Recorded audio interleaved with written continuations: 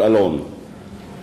A culture of daring to imagine the future we want and then going for it, accepting attendant risks should be a key goal of public policy, of education systems and of the civil society leaders, and indeed of the society as a whole.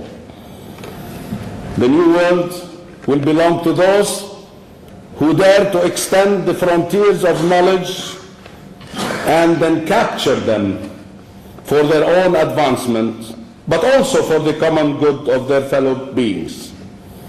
The new world, ladies and gentlemen, the knowledge age, confronts us with many challenges. I will close by naming some of them. Each and every employee or worker should prepare themselves to be a knowledge agent, a knowledge worker, a knowledge employee. 2, essentially what the internet does is help people to do things with their brains more effectively and get the fruits of their brains out into the world in a more effective manner. The challenge is how to capitalize on brain creativity. 3, in the old economy, scarcity meant high values or high prices. For example, those who owned mines or precious assets monopolized the production of a certain commodity or something that could ultimately make them very rich.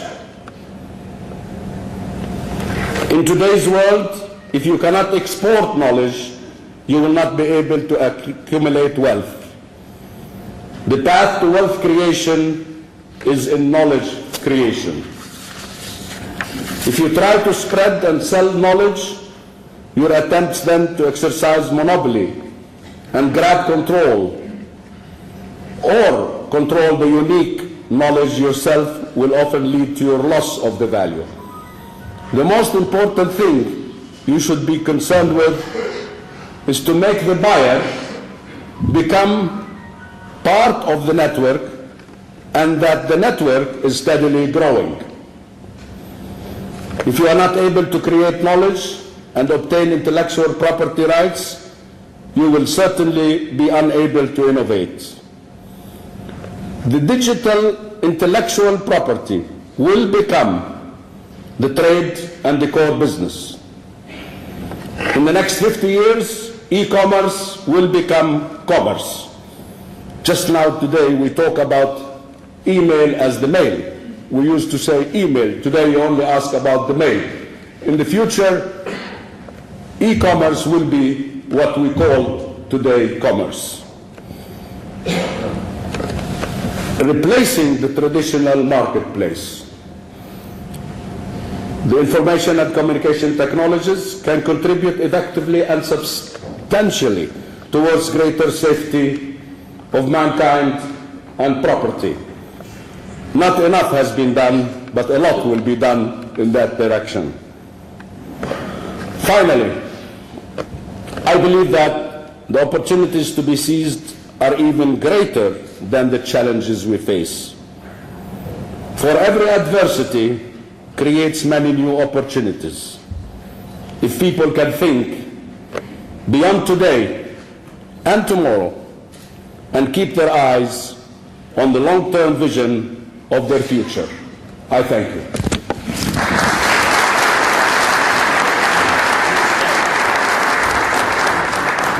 Please stay at the podium, Dr. Talal. Thank you very much indeed for your opening remarks, inspirational and passionate as they are.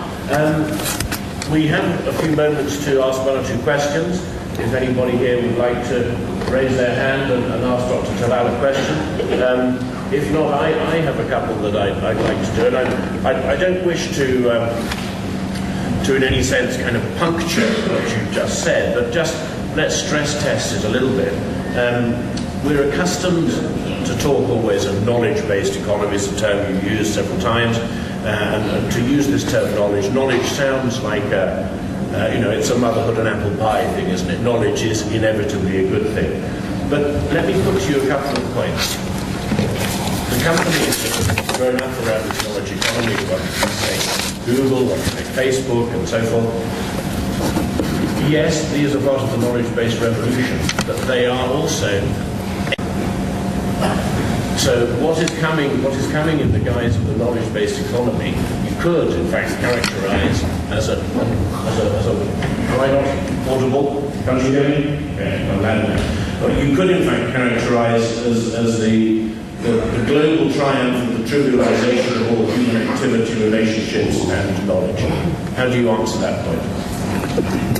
First of all, I'm very pleased that I didn't need to explain what I meant by knowledge economy. I had that problem last week.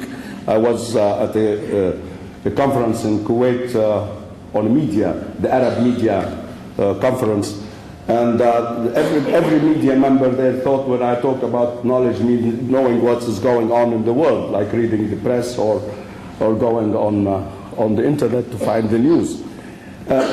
Exactly as you said, knowledge is in the way I mean it, or the way I understand it, is the use of information technology and telecommunication to create knowledge, and through creation of knowledge to create wealth. In the process, like in the past world, what you call the real world now, I'd like to think of it as the past world, the previous world. Knowledge, wealth creation was the result of the traditional resources, whether it's capital or labor or machines, etc. I asked that question on a panel like this to Bill Gates. It's exactly your question.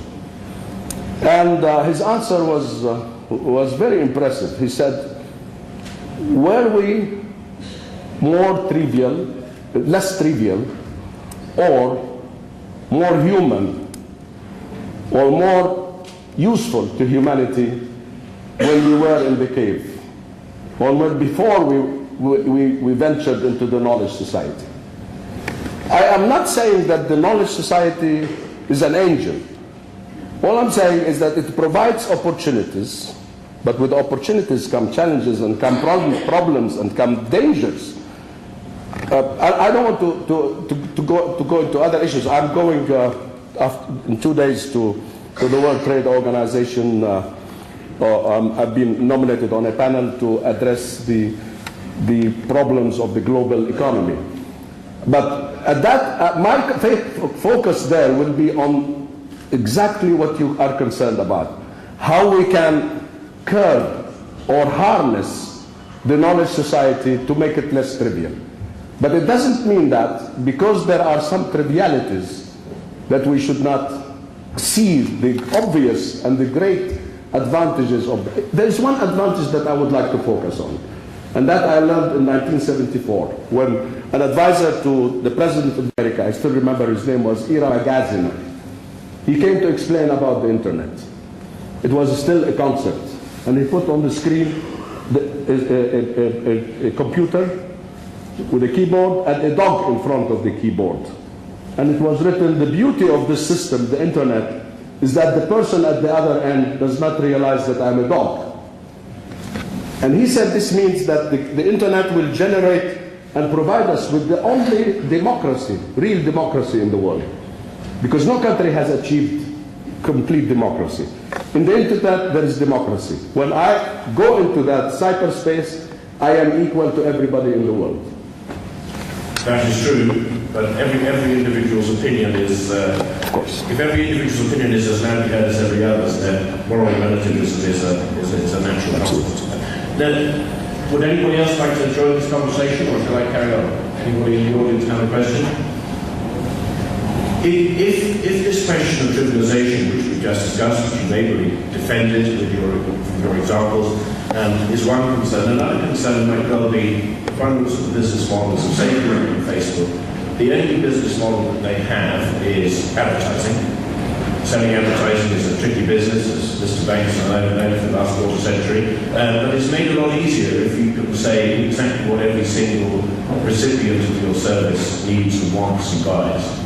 That creates a whole new industry of intrusion into people's lives. So leaving aside the trivialization question, what about the intrusive nature of this and the way that that in fact in the end undermines human individuality and undermines democracy potentially?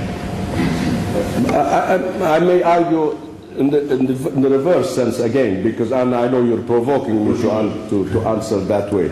I would say, on the contrary, there is no inclusiveness in the internet or in the cyberspace.